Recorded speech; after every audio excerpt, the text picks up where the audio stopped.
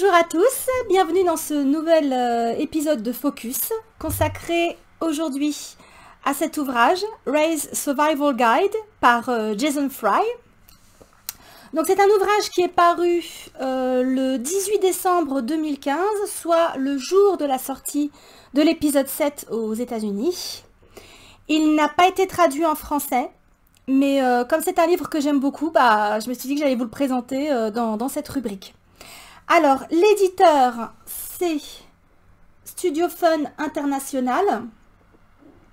Donc, je vais vous en présenter plusieurs de cette collection. Comme je l'ai dit, l'auteur, c'est Jason Fry, un auteur qui reviendra régulièrement dans cette rubrique et qu'on aime beaucoup avec Claire parce que déjà, il a commis la très bonne novélisation de l'épisode 8.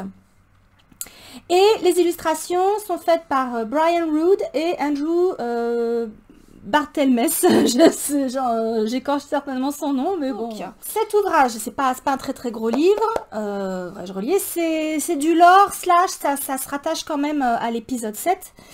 Il est composé de 6 parties, plus une introduction, plus un addendum à la fin. Donc, dans l'introduction, Ray nous dit, si vous trouvez ce journal, c'est que quelque chose a vraiment mal tourné. Ensuite, elle nous parle des différents lieux de Jakku. D'abord, elle parle un petit peu de sa vie, et puis ensuite, elle nous présente différents lieux de Jakku, comme par exemple Carbon Ridge, qui est un endroit où manifestement elle a passé beaucoup de temps, qui n'est pas très loin de chez elle. Les sables mouvants, qu'elle mentionne à un moment donné à BB-8, en lui disant évite-les si tu veux pas te retrouver au centre de la dune. Voilà. Donc ça c'est la première partie. Ensuite, elle présente plus précisément l'endroit où elle vit, donc son AT-AT renversé qui s'appelle le Hellhound en anglais, donc c'est en fait le chien d'enfer, tout un programme. Donc voilà, elle nous montre ce qu'elle mange, son truc infâme là qu'on voit dans l'épisode 7.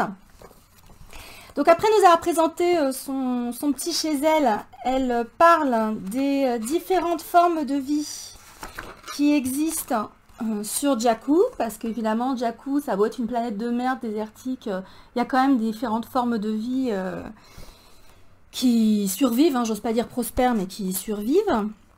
Donc ça c'est intéressant. On a ce truc là, ce truc improbable, on dirait un Muppet, moi je l'aime beaucoup, je le trouve super rigolo. Ça s'appelle des bloggings, tout un programme. Ensuite, elle parle de l'endroit où elle travaille, entre guillemets, à savoir le cimetière des vaisseaux. En l'occurrence, là où tous les vaisseaux se sont crashés pendant la bataille de Jakku, où elle fait son travail de pilleuse d'épaves, voilà, où elle pille ses épaves. Voilà encore une illustration sur laquelle je vais revenir donc quand je vais en parler. Enfin, voilà, donc elle nous parle de son lieu de travail, on va dire, après son lieu de vie. Arrive la partie qui correspond au titre, j'ai envie de dire, c'est-à-dire les tuyaux pour survivre quand on est une pilleuse d'épave. Voilà. Donc ça c'est très intéressant aussi. Elle parle de son bâton, comment elle a constitué son bâton. Elle parle d'un autre lieu très important, outre l'endroit où elle vit, où elle travaille, c'est-à-dire l'avant-poste de Nima, où se trouve Uncarplot, et où elle revend sa camelote contre des portions. Voilà, donc là on a un dessin... c'est soi-disant un autoportrait, mais bon voilà, c'est la version dessin d'une scène de l'épisode 7. Et enfin, l'addendum, qui correspond à l'épisode 7 proprement dit, c'est-à-dire le moment où BB-8 entre dans sa vie.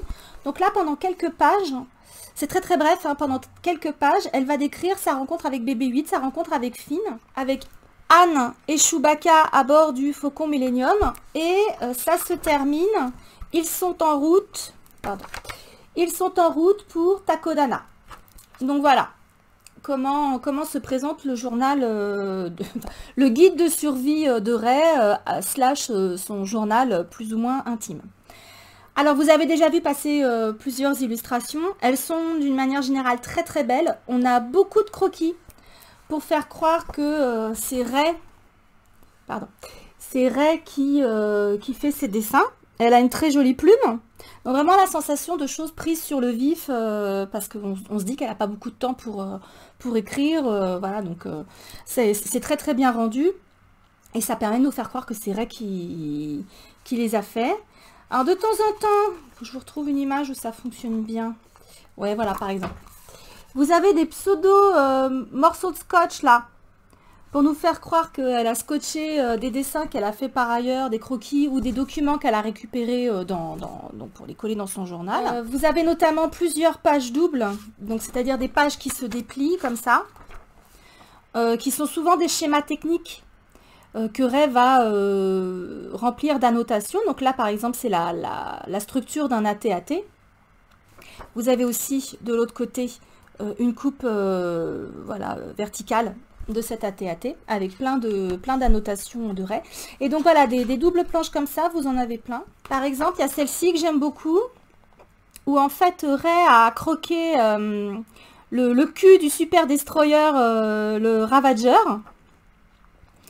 dans lequel elle s'engouffre avec le Faucon Millennium et Finn, qu'elle connaît très bien parce qu'elle y a souvent, elle a fait des pillages, hein, donc elle connaît très très bien la structure. Vous avez plein de petites annotations dans ces petits encarts là, scotchés, encore une fois, on nous fait croire qu'il y a des morceaux de scotch, donc pour montrer que Ray, elle connaît bien son affaire. Qu'est-ce que je pourrais vous présenter d'autre comme planche en double planche? Vous avez aussi ce plan d'un X-Wing, parce que forcément, il n'y a pas que les vaisseaux de l'Empire qui se sont crashés à Jakku, hein, les rebelles ont pris cher aussi, donc il y a des X-Wing qui sont crashés. Donc voilà, une coupe d'X-Wing, avec en annotation les parties les plus intéressantes à scavenger, en fait à récupérer, qui rapportent le plus de portions, ou qu'elle peut éventuellement recycler, soit pour son speeder, soit pour en faire autre chose, quoi. Donc c'est vraiment un guide de pilleuse d'épave qui fait de la récup, qui galère, enfin voilà, qui survit comme elle peut, quoi. Hein. Donc vraiment des très très belles planches. Les dessins sont vraiment très très très jolis. Voilà, même si ça ressemble à des croquis faits sur le vif, hein, enfin rapidos, quoi. Les planches techniques, évidemment, les schémas techniques, ça, c'est toujours pareil. On a une écriture cursive. Voilà, la police de caractère qui a été choisie, c'est cette écriture cursive. Forcément, c'est un journal, donc on suppose qu'elle écrit à la plume, ou je sais pas ce qu'elle a récupéré de l'huile de vidange, je ne sais pas, mais bon voilà, c'est assez rigolo pour quelqu'un qui a quand même accès à des trucs électroniques. D'une manière générale, ces formats journal, je vais vous en présenter plusieurs, c'est rigolo de se dire qu'ils ont recours à la plume et à du scotch et des machins, alors que normalement tout est électronique en fait, hein, tout est sur des tablettes, hein, des datapads comme on dit. Ce sont les illustrations, celle de couverture est très très jolie aussi. Hein. Alors, en ce qui concerne le texte, il est à la première personne, puisque c'est un journal. Ray est très factuelle, elle met très peu d'affect dans ses récits, dans ce qu'elle couche dans son journal. Ce qui correspond bien avec la Ray qu'on connaît dans l'épisode 7 et l'épisode 8, enfin toute la trilogie en fait, qui n'a pas l'air très versée sur l'introspection, qui est plus dans l'action, qui est plus dans sa physicalité pour s'exprimer. Ça se reflète dans son journal en fait. Hein. Elle dédramatise énormément de choses, même si en gros tout ce qui existe sur Jakku veut votre peau, hein, en fait. Hein, voilà, c'est un milieu hyper hostile, ce qu'on avait déjà compris hein, en voyant ce très beau montage qui nous la présente sur Jakku en full visual storytelling dans l'épisode 7. Elle dédramatise son quotidien qui est juste horrible. Horrible. C'est un miracle qu'elle ait survécu aussi longtemps. Ce qui n'est pas transcrit dans ce livre est aussi très intéressant. Elle ne fait pas mention des petites marques qu'elle met à la fin de tous les jours sur son mur dans son AT-AT renversé. Donc ça, c'est très parlant aussi. Elle attend sa famille. Ça transparaît à plusieurs reprises, notamment à la fin quand elle parle de bébé 8. Et qu'elle dit, il m'a dit qu'il attendait quelqu'un et ça a résonné en moi et c'est une des raisons pour lesquelles elle a refusé de le vendre contre 60 portions, etc. C'est parce qu'elle est entrée en empathie avec ce robot. Il lui a fait penser à elle sans qu'elle veuille vraiment trop s'attarder à analyser ce phénomène. On comprend aussi dans le texte qu'en fait elle n'a pas pu réparer l'antenne de BB-8. On la voit redresser l'antenne de BB-8 quand elle le rencontre et la refixer sur le robot. Mais en fait, elle n'a pas réussi à la réparer, il ne pouvait plus émettre. Et elle dit, si j'avais pu réparer vraiment son antenne, tout aurait été très différent. Sous-entendu, je ne me serais pas retrouvée en galère vis-à-vis du Premier Ordre. Je serais encore en train de piller des épaves sur Jakku. Ma vie n'aurait pas changé. Ce qui est intéressant aussi, à la fin, dans l'addendum, qui correspond donc à ce qui se passe dans l'épisode 7, c'est qu'elle est en totale admiration devant Han et Chewie. Donc ça rejoint bien ce qu'on voit d'elle dans l'épisode 7, de là, ah, c'est le Faucon Millenium, vous êtes Han Solo, voilà, elle a les paillettes dans les yeux, quoi. Et la toute dernière page où ils sont en route pour Takodana, on sent tout l'espoir qui est en elle et en même temps l'appréhension à l'idée de ce qu'il attend sur Takodana. C'est vraiment la dernière phrase. Et alors nous, on sait que ce qu'il attend sur Takodana, c'est la révélation de Maz avec le sabre et sa vision, mais c'est surtout son âme sœur Kylo Ren qui va la retrouver là-bas.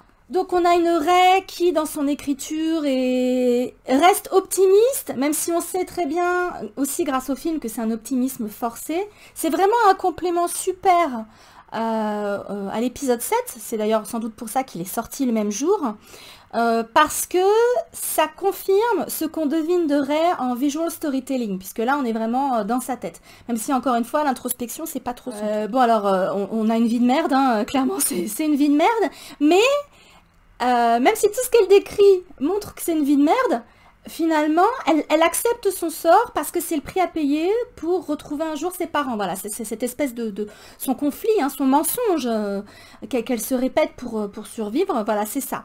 On constate qu'elle est douée en mécanique, donc voilà, ça c'est quelque chose qu'on avait vu aussi dans l'épisode 7, puisqu'encore une fois, c'est un guide de pilleuse d'épave. Elle sait quels sont les morceaux, voilà, le junk qui vaut le coup d'être récupéré et ce qui vaut pas le coup de perdre son temps, de risquer sa vie, voilà. Elle met plein d'annotations, elle a construit son propre speeder, etc. Enfin, elle parle de son arme, de son bâton, voilà. Donc, on comprend très bien, comme dans le film, que Rey n'est pas une petite chose fragile.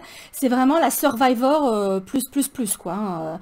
Tous les aspects de sa vie, ou presque, sont consacrés à améliorer ses chances de survie. On est vraiment à ce niveau-là de personnage. Ça la rend d'autant plus attachée. Alors, en ce qui concerne mon expérience de lecture avec ce livre, c'est un livre que j'ai lu longtemps après sa sortie. Je l'ai lu même plusieurs mois après la sortie de l'épisode 9.